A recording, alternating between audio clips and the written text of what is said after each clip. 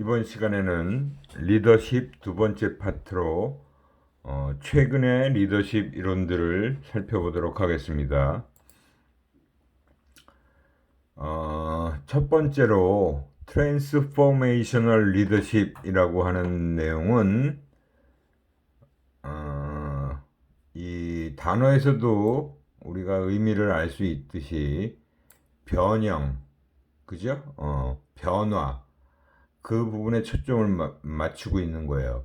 리더가 부하들의 태도와 생각에서의 중요한 변화에 영향을 미치고 조직 목표 및 전략의 중요한 변화에 몰입하도록 하는 과정에 초점을 둔다. 그러니까 리더가 항상 자기 스타일만을 강조하는 것이 아니고 부하들의 태도와 생각에서 중요한 변화에 영향을 미치는 거예요. 그리고 조직 목표 및 전략의 중요한 변화에 몰입하도록 하는 과정에 초점을 두고 있는 게 바로 트랜스포메이셔널 리더십이라고 하는 것입니다. 그래서 여기엔 몇 가지 요인들로 구분을 해서 살펴보고 있는데요. 카리스마, 영감적 동기, 지적 자극, 개인 배려, 이렇게 네 가지의 동기 요인에 의해서 각각의 내용들이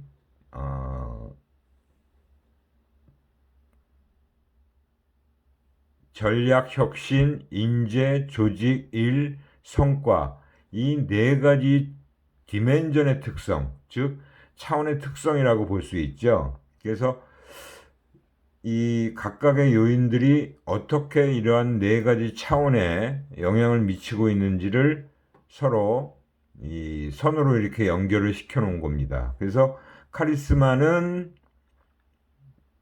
전략 혁신에 영향을 미치고 있고, 그래서 카리스마의 내용이라는 건 비전 제시, 사명감을 부여하고 조직에 대한 자부심을 유도하고 리더에 대한 존경과 신뢰를 창출한다.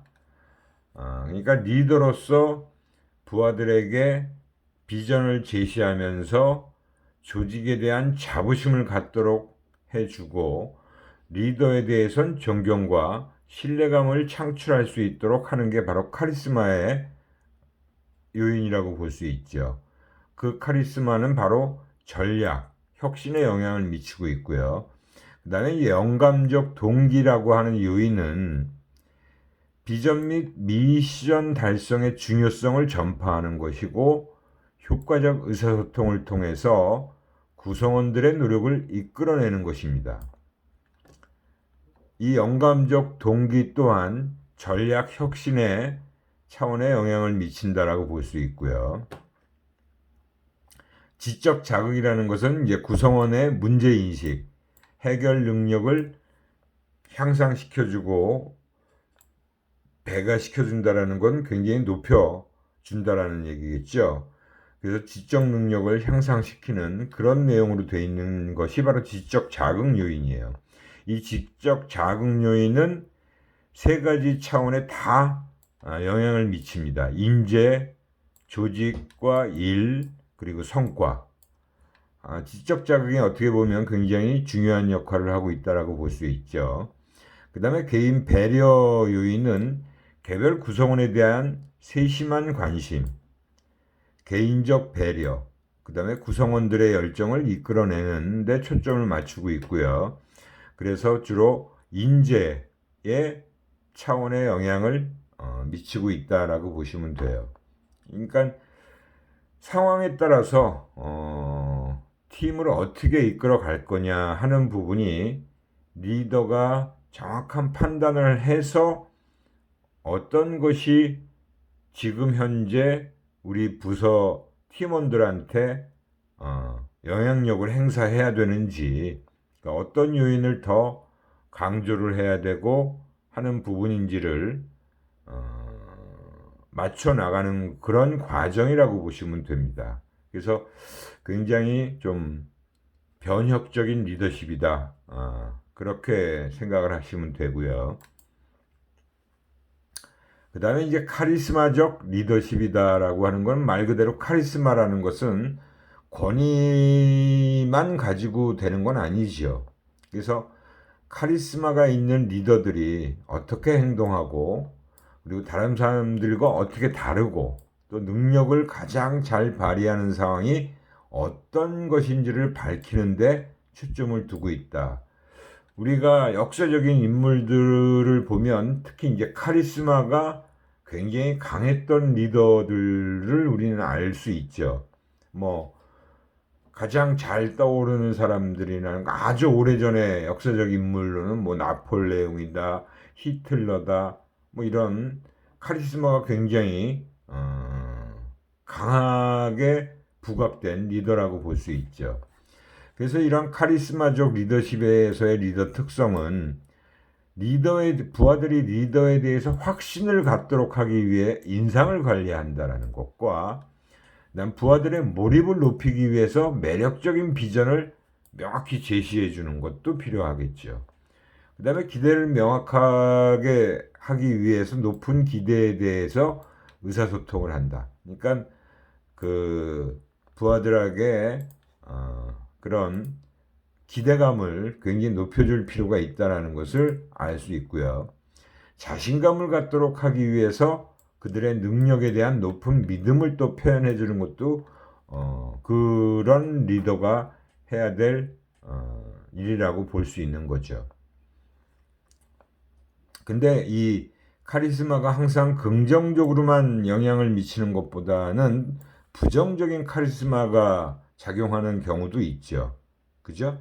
너무 자기 스스로를 미화시키기 위해서 계획은 높게 세우지만 현실적으로 달성 불가능한 그런 경우도 나타날 수 있어요. 또 비전을 홍보하고 알리는데 너무 많은 시간을 소비하고 있어서 실행하는 데는 많은 시간을 쓰지 못하는 거죠. 유능한 부하들을 키우는데 힘을 기울이지 않는 거예요. 그러니까 이 카리스마가 강한 리더들을 보면 자기를 뛰어넘는 부하 직원들을 어떻게 보면 용납하지 않는 그런 특성도 있죠. 그래서 유능한 부하를 키우는 데는 힘을 덜 쏟게 되는 그런 특성도 있다라고 볼 수 있습니다. 그러니까 그런 측면 어떻게 보면 부정적인 측면이라고 볼 수 있죠.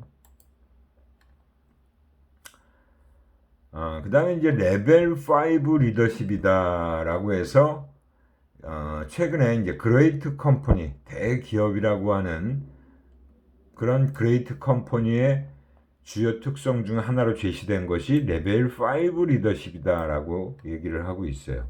그래서 이 레벨 5는 그 각 수준별 리더들을 정의 내리고 있죠. 그래서 능력이 뛰어난 개인이 레벨 1이에요. 그러니까 개개 그 구성원들이 일단 능력이 뛰어나야겠죠. 그죠? 그래서 보유한 재능이나 지식이나 스킬, 좋은 업무 습관으로 생산성 향상에 기여하는 수준이다라고 얘기를 하고 있어요. 그래서 사실은 이런 능력이 뛰어난 개인이 되어야 조직이 탄탄하게 구성이 되겠죠. 그 다음에 이제 또 합심하는 팀원이 레벨 2예요. 그러니까 팀 구성원으로서 뭔가 컨트리뷰팅 한다. 기여를 할 수 있어야 돼. 그러니까 혼자만 능력이 뛰어나서는 안 된다는 거죠. 결국은 팀 구성원으로서, 그죠? 집단의 목표를 달성하는데 기여해야 된다. 그리고 집단 내에서 타인과 함께 효과적으로 업무를 수행하는 수준이 레벨 2의 합심하는 팀원의 수준이라고 볼 수 있어요. 그 다음에 이제 레벨 3에 가면 역량 있는 관리자, competent manager, 유능한 매니저를 얘기하는 거죠. 그래서 정해진 목표의 효율적인 달성을 위해서 인적 물적 자원을 조직화하는 수준이다. 어떻게 보면 이제 이게 보통 일반 조직에서는 이제 중간 관리자들이 이렇게 역량 있는 관리자 수준에 올라와 있으면 조직이 탄탄하게 잘 구축이 되겠죠. 그 다음에 레벨 4가 유능한 리더예요. effective 리더다라고 얘기를 하는데, 그러니까 효과적인 리더겠죠. 조직 구성원들을 독려해 촉진자로서의 역할을 수행하고 분명한 비전을 추구한다.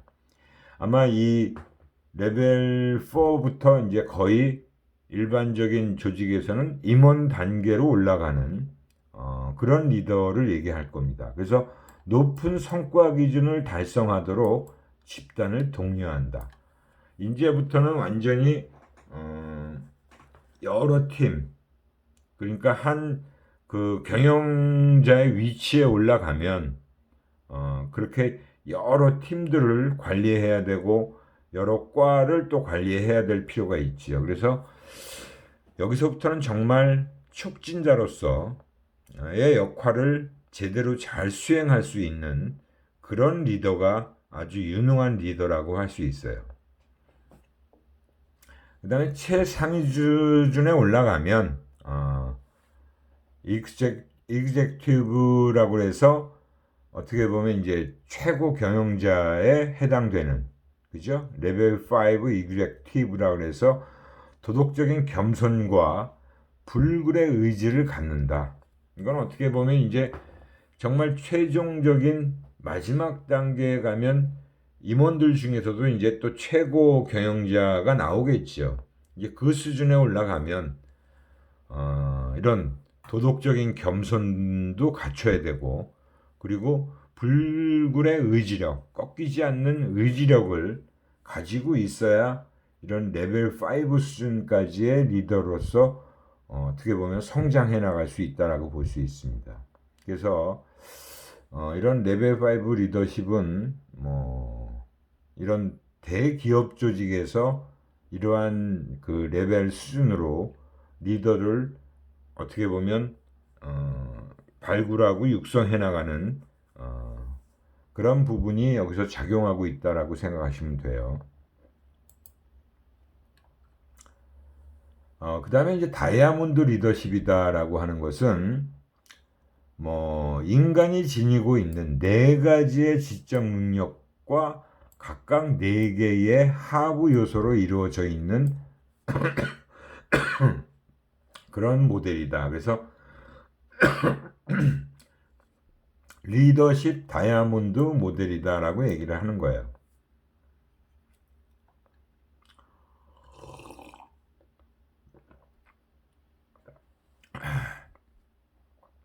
그 네 가지 지적 능력이라는 게 이제 성공한 리더는 비전, 에식스 윤리겠죠, courage 용기겠죠, 리얼리티 실체성이라고 볼 수 있죠. 그래서 이런 비전과 윤리적인 측면과 용기와 실체성을 갖춘 이 네 가지의 지적 능력을 갖추고 각각의 하위 요소들, 비전은 의미를 보니까 근시안적인 안목에서 벗어나서 이 미래를 위한 장기적인 목표를 수립하고 부상하는 사업 트렌드, 새로운 시장, 신상품에 대한 니즈를 탐지하는 능력이다. 이 비전을 갖출 수 있어야 된다라고 생각해요. 그리고 비전을 제시할 수 있어야 된다. 그러니까 이 리더는 그냥 눈앞에 보이는 그런 목표 달성만 하는 것이 아니라 좀 더 장기적으로 목표를 수립해서 어떤 우리 조직이 새롭게 어떤 시장으로 진출을 해야 되고 또 신상품을 어떻게 개발해 나가야 되고 하는 것들에 대한 능력들을 갖추고 있어야 된다. 그걸 비전이라고 보는 거예요. 그래서 이 비전의 하위 요소로 네 가지 분석, 시스템, 창의, 미래를 들고 있어요. 그 다음에 에식스라는 것은 아마 모든 조직에서 다 요구하는 것일 수도 있습니다. 조직 내외부 고객 지향적인 서비스를 제공하며 조직원들의 개인적인 참여 및 팀워크를 증진하는 능력이다. 보람, 그리고 팀, 애정, 성실, 이러한 것들을 바로 이 에식스의 능력의 하위 요소로서 두고 있습니다. 커리지라는 건 뭐예요? 말 그대로 정말 위험추구 성향. 어떤 위험이 있더라도 그죠? 그걸 뚫고 헤쳐나갈 수 있는 그런 어떤 성향을 얘기하죠. 지속적인 선도력을 가지고 행동하는 능력이다. 그래서 이 커리지의 네 가지 하위 요소로 이렇게 소신, 고립, 외롭죠. 그러니까 리더는 외로운 거예요. 그죠? 그 다음에 불안, 자유의지 이렇게 네 가지의 하위 요소를 두고 있고요. 그 다음에 리얼리티는 현재의 사업과 시장에 초점을 두고 객관적이고 구체적인 정보에 입각한 관리 능력이다. 지금 현재 하고 있는 사업에 대한 그리고 시장에 대한 포커스를 객관적이고 구체적인 정보에 입각해서 그러니까 어떤 자기 생각만으로 하는 게 아니라 정말 디테일한 그죠? 세부 정보와 객관성 생존 가혹 굉장히 철저하게 분석을 해서 이러한 것들을 관리해 나갈 수 있는 능력을 바로 리얼리티의 능력이다라고 본 겁니다. 그래서 이렇게 이제 네 가지의 지적 능력과 이렇게 또 각각의 네 개의 하위 요소로서 구성되어 있는 리더십을 얘기하면서 이렇게 다이아몬드 모델이다라고 제시한 거예요. 코스텐바움이라는 학자가 이렇게 제시를 했다라고 볼 수 있고요. 그 다음에 이제 이슈 리더십이다라고 얘기하는 것은 조직 내 문제 해결과 성과 향상을 위해 핵심 이슈를 찾아내고 구성원 또는 주변인과 공유하는 과정과 실천에 필요한 시스템을 구축하는 리더의 역할을 제시한다. 이런 게 굉장히 또 중요한 리더십의 요건이라고 볼 수 있어요. 문제 해결과 성과 향상을 위해서 핵심 이슈를 찾아내고, 그죠? 그리고 구성원들뿐만이 아니라 주변 사람들과 함께 공유하는 거예요. 이 공유한다는 게 굉장히 중요한 부분이라고 볼 수 있고요. 그리고 실천을 해 나가는 시스템을 구축해야 되는 것이 바로 리더의 역할로 제시가 된 겁니다. 이슈를 창안한다. 그죠? 이슈 리더십의 요소로서 이슈 창안, 이슈 풀, 그 다음에 시스템 파워, 그 다음에 오디언스 푸시. 그래서 이 실천 강화 시스템, 그리고 구성원의 몰입과 참여. 우선 이슈 풀이라는 것은 바람직한 이슈를 창안하는 과정에 관련된 행위예요. 그래서 이 특정 이슈를 추천하기로 결정하기까지의 과정이라고 볼 수 있습니다. 물론 여기서 혼자 고민하고 혼자 막 노력해서 이런 이슈들을 뽑아내는 경우도 있고 또 구성원들과 같이 이러한 이슈들을 창안해내는데 노력하는 부분도 같이 작용할 수도 있어요. 근데 이제 중요한 건 또 시스템 파워죠. 실천하기 위한 효과적인 실천 시스템을 구축한다. 인적 물적 자원의 배분과 활용, 구성원들을 조정하고 지원하는 구체적인 전략을 수립한다. 이게 굉장히 중요한 게 뭐냐면 우리가 실천을 하기 위해선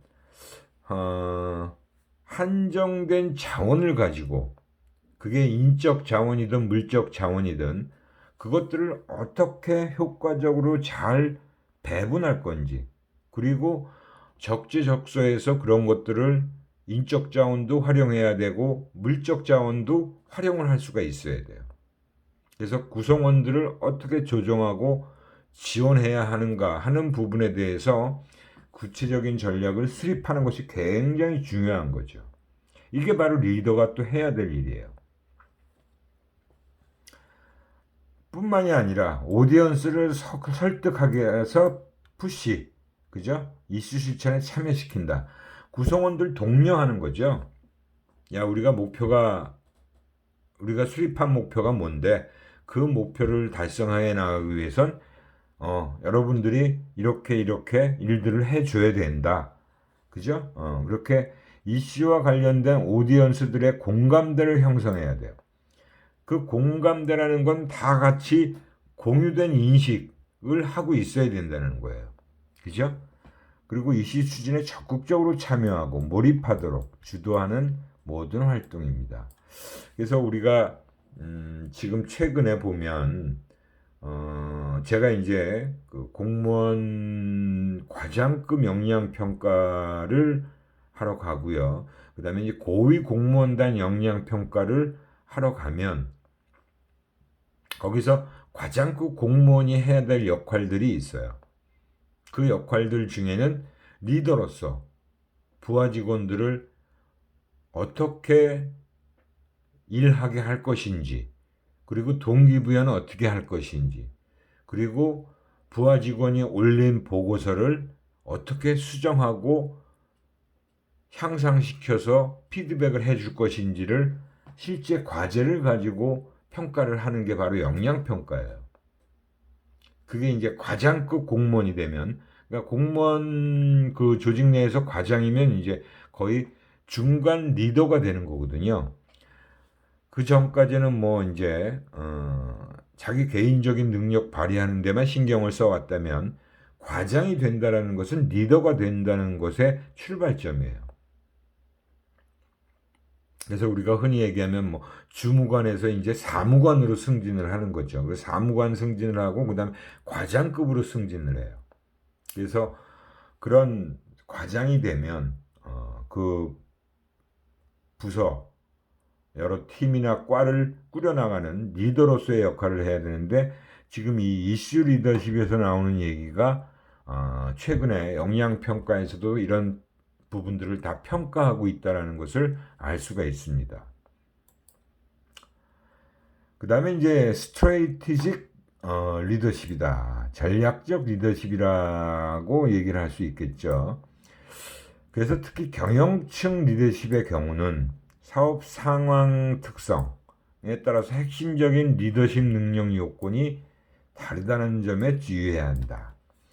이미 이제 중간 리더, 그 다음에 어느 정도 임원급 리더까지는 어느 정도 그 자기가 맡은 부서나 본부 이런 것들을 제대로 잘 운영하는 건데 이제 경영층 리더십을 발휘해야 될 경우 경영자의 입장에 가면 사업의 상황 특성 그 부분들을 굉장히 유심히 잘 관찰해야 되고 잘 파악을 해야 된다는 얘기예요. 그래서 효과적인 경영층 전략적 리더십이라는 부분은 역량 배양을 해야 되고 확보를 하기 위해선 사업의 특성별로 리더십 요건을 명확히 정립하는 작업이 먼저 이루어져야 되겠다라는 것입니다.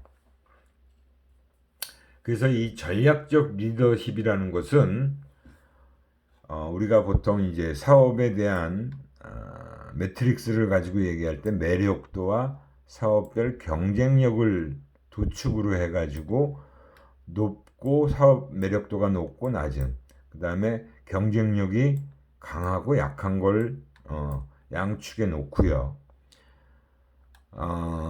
사업의 매력도가 높고 사업별 경쟁력이 강하면 굉장히 성장 집중 전략을 펼칠 그런 상황이다 이거죠. 그리고 공격적인 산업 전문가가 리더로서 역할을 해줘야 된다는 거예요.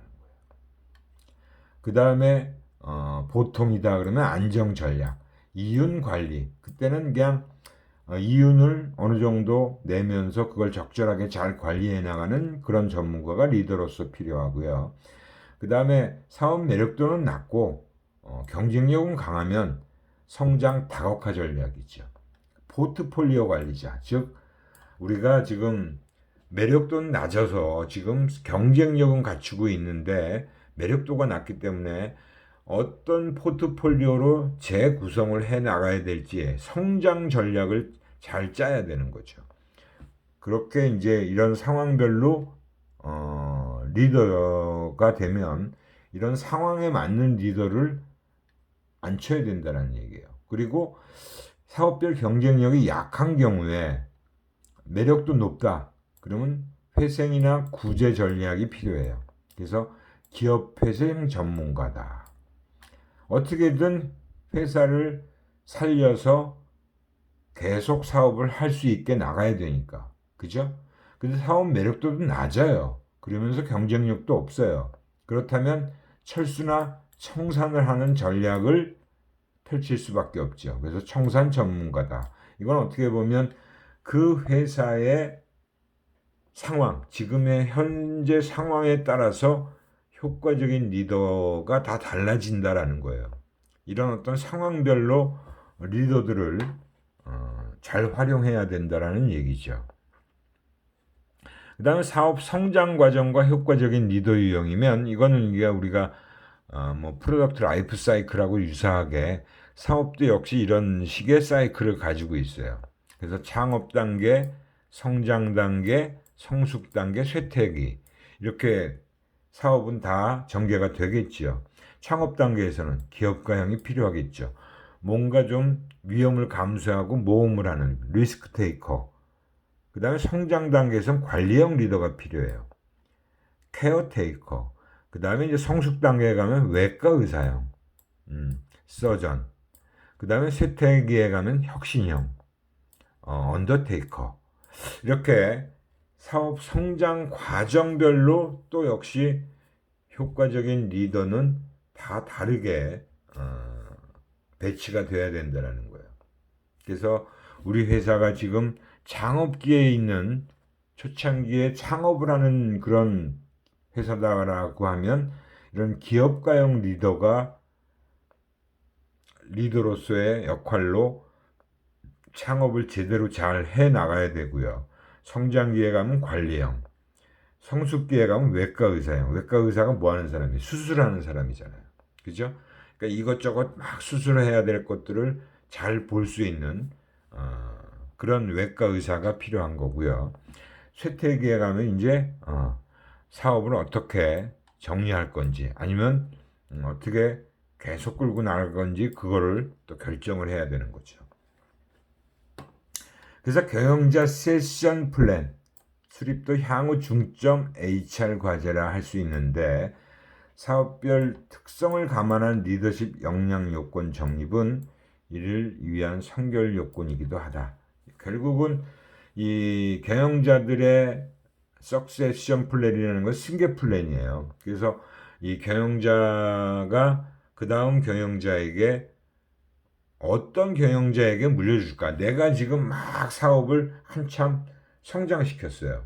그리고 성숙기에 들어가면서 만약에 예를 들면 뭐 리더 자리를 물려준다 그러면 그 리더는 어떤 위에서 얘기했잖아요. 그죠?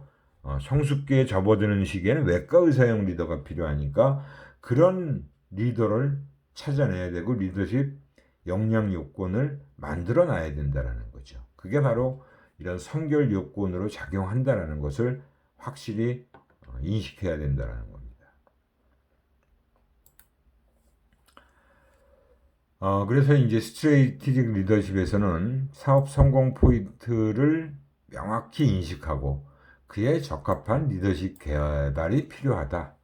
그래서 초기 단계에선 어떤 포인트, 성장 안정화 단계에서 어떤 포인트, 성숙 단계에서 어떤 포인트, 사업 성공 포인트로 초기 단계는 공격적인 시장 개척 당연히 필요하겠죠. 그죠? 그래서 시장 내에서의 확실한 포지션을 확보하는 게 중요하다. 선점이라는 것이 중요하다. 그러니까 굉장히 아까도 얘기했지만 리스크 테이커, 그죠? 그런 좀 모험가적인 그런 리더가 필요하겠죠. 그래서 필요한 리더가 모험적이고 공격적인 성향을 가진 리스크 테이커 리더가 필요하다. 뭐 예를 들면 마이크로소프트가 빌 게이츠에 의해서 창업이 됐잖아요. 그죠? 샘 월튼이라고 하는 월마트 창업자도 마찬가지고 사우스웨스트 항공사의 켈러라는 그 회장도 마찬가지고요. 그래서 이런 초기 사업 초기 단계에 이런 리더 유형을 볼 수 있고, 그다음 성장 안정화 단계에서는 지속적 성장과 내실을 기할 수 있도록 내부 관리 체계화가 중요하다.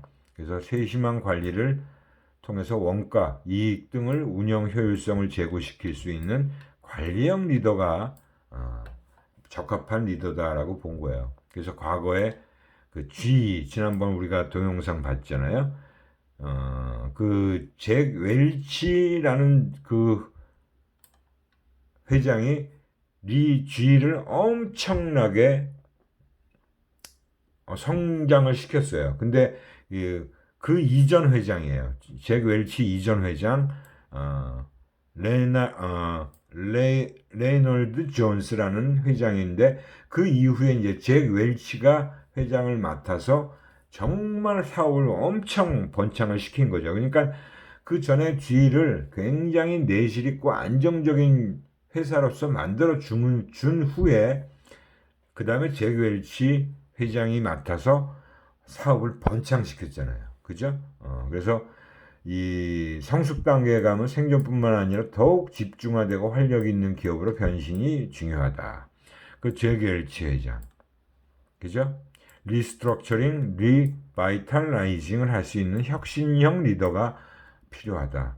닛산 자동차의 카를로스 고우슨, 노키아의 졸마 올리아라는 그 회장을 얘기하는 겁니다. 그래서 이러한 그 리더들이 그 우리가 지난번 잭 웰치 회장을 봤지만 뭐 어마어마한 규모로 진짜 G를 그냥 일반 제너럴 일렉트릭이라는 전기 회사에서 그냥 하나의 큰 엄청난 규모의 사업 다각화를 통해서 큰 그룹으로 변신을 시켰고 엄청난 성장을 시켰죠. 잭 웰치 회장이.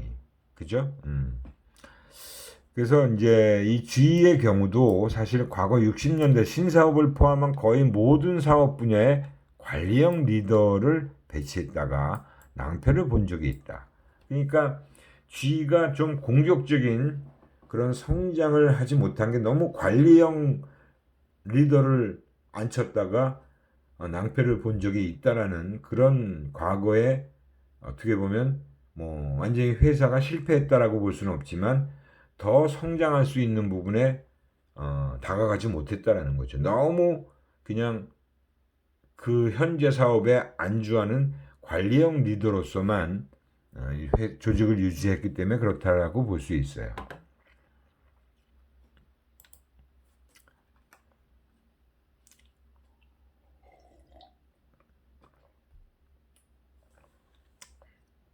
다음엔 컬처 앤 리더십이라고 하는 것은 문화적 특성과 리더십 스타일 간의 정합성이 유지될 때 조직의 성과는 높아질 수 있다.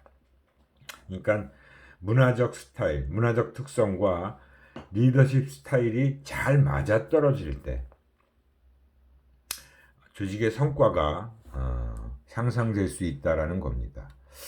그래서 이 공동체 문화의 리더십, 혁신 문화에서의 리더십, 위계형 문화에서의 리더십, 성과 중심 문화에서의 리더십, 이렇게 네 가지 문화 유형을 가지고 리더십 스타일을 유연 자유재량, 그리고 외부 지향 차별화, 그러니까 두 축으로 해서 유연 자유재량 통제와 안정을 또 한 축으로 하고요.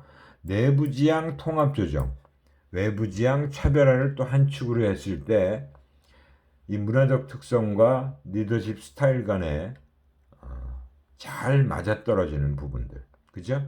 그것에 따라서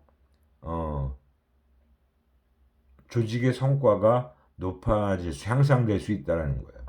공동체 문화에서의 리더십이라는 건 바로 촉진자, 멘토, 이런 사람이 필요하다는 거죠. 퍼실리테이터, 그죠? 그 다음에 구성원들의 니즈에 관심이 많고 감정적 배려를 중시하고 상호 신뢰, 존경을 강조하고 사기 진작이나 몰입 증진을 추구하는, 그거 바로 이제 교육자가 필요한 거고 퍼실리테이터가 필요한 거죠. 그 다음에 혁신 문화에서의 리더십은 혁신가, 그리고 비전 제시자, 그죠? 그 다음에 이제 위계형 문화에서는 감시자, 그 다음에 조종자, 모니터와 코디네이터의 역할을 할 수 있는, 굉장히 어떻게 보면 치밀한 부분까지, 그죠? 관리하는 것을 중시하는, 그리고 안정과 통제를 추구하는 그런 위계형 문화에서의 리더십은 바로 이런 사람이 어울리는 리더다라고 본 거고요. 성과 중심 문화는 생산자와 경쟁자 라는 그 리더 유형이 필요하다라는 겁니다. 그래서 하드워크를 선호하는, 그죠? 생산성을 추구하는. 그 다음에 이제 결단력 및 어그레시브한, 공격적인 도전 정신을 가지고 있는 리더. 경쟁 상황에서 목표 달성. 그 다음에 하드워크. 그죠? 외부 경쟁자와 시장에서의 승리를 추구하는 리더가 필요하다라는 겁니다. 이게 바로 문화와 리더십의 유형 간의 매치에 의해서 알맞은 리더를 결정해 주는 것이 필요하다라고 본 겁니다. 이게 바로 컬처 앤 리더십이라고 하는 부분이에요. 그래서 이 컬처 앤 리더십은 이런 식으로 1점부터 7점 척도까지 해서 이렇게 쭉 체크하는 문항들을 쭉 제시해 놨습니다. 이건 참고해서 보시고요. 마찬가지로 이제 각각의 그 차원별로 그 8개의 유형의 리더십이 나타났었죠. 그래서 퍼실리테이터, 멘토, 이노베이터, 브로커, 프로듀서, 디렉터, 코디네이터, 모니터. 몇 번 문항, 7번, 16번, 1번, 10번 이런 식으로 해서 점수가 얼마가 나오면 거기에 해당되는 유형의 리더다라고 이렇게 해서 선별하는 그런 문항이라고 보시면 돼요. 그래서 이러한 그 최근의 리더십 이론들이라고 하는 것들을 통해서 그 공통점, 그런 리더십들 간의 공통점을 좀 찾아보면, 일단 영향력과 동기부여 측면에서 보면 뭐 굉장히 이 동기부여가 중요하죠. 리더가 해야 될 일 중에 힘든 과제, 흥미 유발이 어려운 과제일수록 동기부여의 역할이 중요하다. 그러니까 그 구성원들이 막 흥미롭지도 않고 과제에 별로 관심도 갖지 않으려고 하면 사실은 굉장히 리더가 그 부하 직원들이 어떻게든 그 과제에 흥미를 가지고 열심히 할 수 있게끔 동기부여를 시켜줘야 돼요. 그래서 효과적인 영향력 방략을 사용해야 돼서 자신감, 설득력, 전문성, 정치적 통찰력, 특히 대인관계 기술이 뛰어난 리더가 훨씬 더 부하들을 잘 동기부여 시킬 수 있을 거예요. 그 다음에 효과적 관계 유지라는 것은 부하들과 높은 수준의 상호 신뢰와 충성이 존재하는 협력적 관계를 유지하는 겁니다. 그래서 리더십 효과성은 부하와의 관계에 의해서 영향을 받을 수밖에 없죠.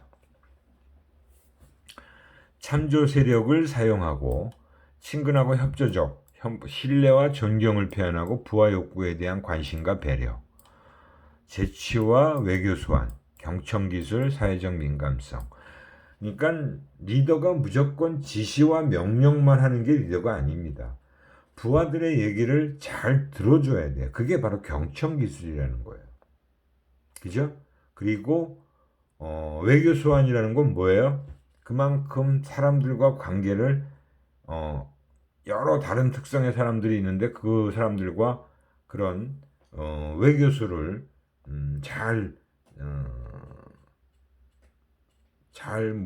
뭐라 그러지, 우리가 그런 외교적인 능력을 발휘할 수 있는, 외교 소환을 잘 발휘할 수 있는 그런 사람일수록 사람들과 관계를 효과적으로 유지할 수 있겠죠.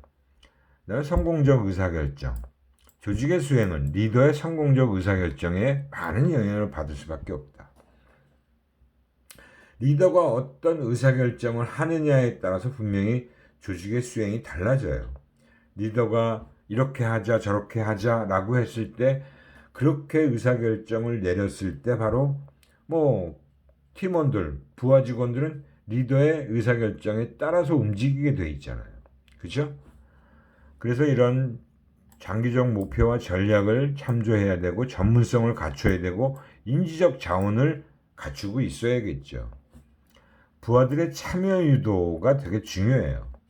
그래서 특히 복잡한 의사결정, 수용성 중요하다. 부하들의 전문성이 필요하다라고 하는 겁니다. 그러니까 그만큼 리더라는 지위는 의사결정을 해야 되는 것도 굉장히 어려운 일 중에 하나입니다.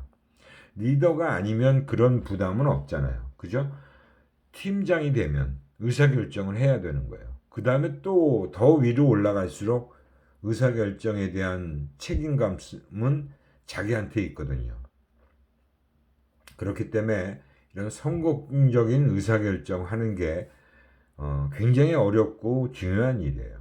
그러니까 지금 우리나라 기업들도 사실은 얼마 전에 이건희 회장이 결국은 세상을 떠났잖아요. 그죠? 근데 그 이건희 회장 이전에 이병철 회장도 이 삼성그룹을 창업해서 굉장히 아주 잘 관리해 왔다라고 볼 수 있죠. 그거를 물려받은 이건희 회장이 정말 변화무쌍한 삼성그룹을 아주 혁신적으로 변화시켰잖아요. 거기다가 반도체에 엄청나게 강조를 하고 역점을 둬서 투자와 기술 개발 아주 엄청나게 투입을 많이 했죠. 그런 의사결정이 사실은 어려운 의사결정이잖아요. 성공할 수 있을지도 모르는데 거기에 그룹에 명운을 걸었다라고도 볼 수 있죠. 근데 지금 어때요? 삼성전자는 지금 세계 최고의 반도체 기업이 돼 있어요. 그죠? 세계 최고의 반도체 기업입니다. 엄청난 그 증가를 했죠. 뭐 매출서부터 뭐 이익. 그래서 지금 삼성전자 한 회사가 하여튼 뭐 우리나라 GDP에서 차지하는 그 영향력이라는 건 말도 못하죠. 그죠? 뭐 다른 회사들은 1년에 뭐 그 3개월에 분기 영업실적으로 뭐 몇천억, 몇백억 내기도 쉽지 않은데 삼성그룹은 지금 올해도 이 3분기만 영업이익이 7조 이상인가를 냈단 말이에요. 이익이 매출이 아니라. 그죠? 그러니까 지금 그 중에서 반도체가 차지하고 있는 비중이 가장 커요. 그렇기 때문에 정말 의사결정이라고 하는 것은 엄청나게 중요한 일이라고 볼 수 있습니다. HR에 있어서의 리더십의 중요성이다. 이건 뭐 말할 필요도 없죠. 그죠? 리더십. 많은 기업들이 그래서 리더십에 대해서 엄청나게 관심을 가져요. 이거는 뭐 사실은 꽤 오래전에 이렇게 조사를 했던 부분인데 아마 최근에도 이런 조사를 해보면 리더십이다라고 얘기하는 아마 교육훈련 파트에 있는 사람이면 대다수가 다 리더십이 중요하다라고 얘기할 거예요. 그죠?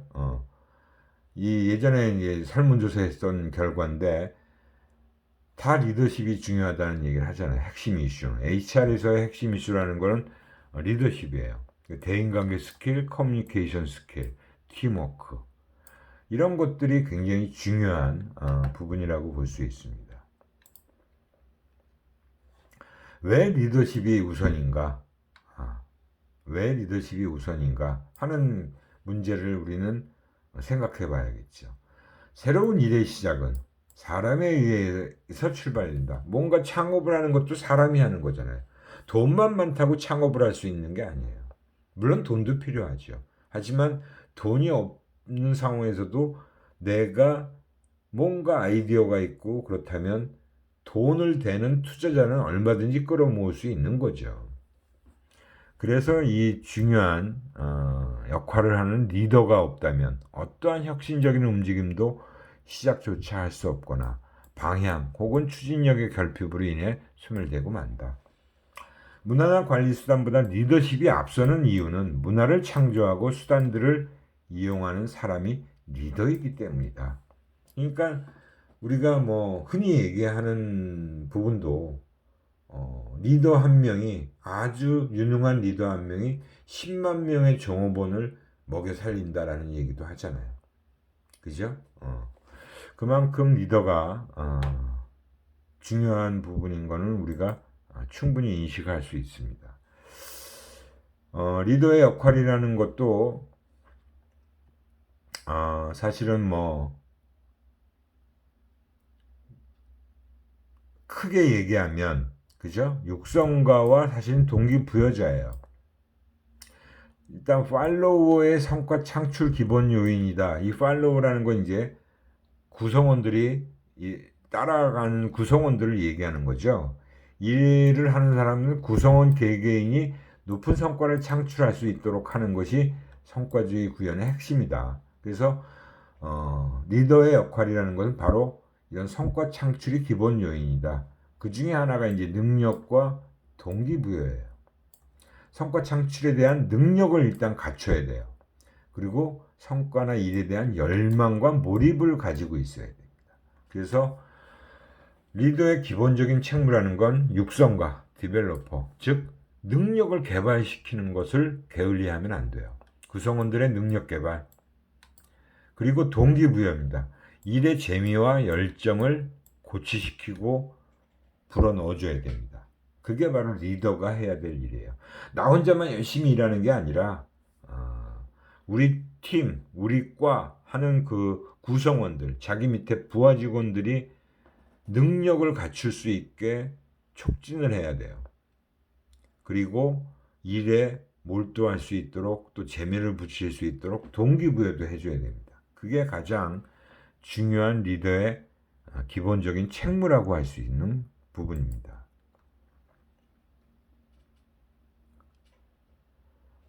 웹페이지 안 넘었는데 벌써 시간이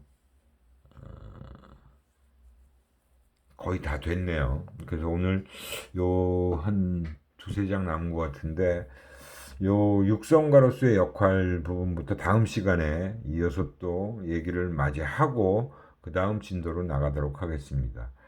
예, 오늘 수고들 많이 하셨고요. 이제 조금만 더 나가면 진도가 다 끝날 텐데 아무튼 뭐 수업은 12월 첫째 주까지 수업을 하게 될 것 같아요. 그리고 그 이후에 기말고사 날짜를 잡아가지고 기말고사를 보도록 하겠습니다. 예, 오늘 수고들 많이 하셨고요. 다음 시간에 또 뵙도록 하겠습니다.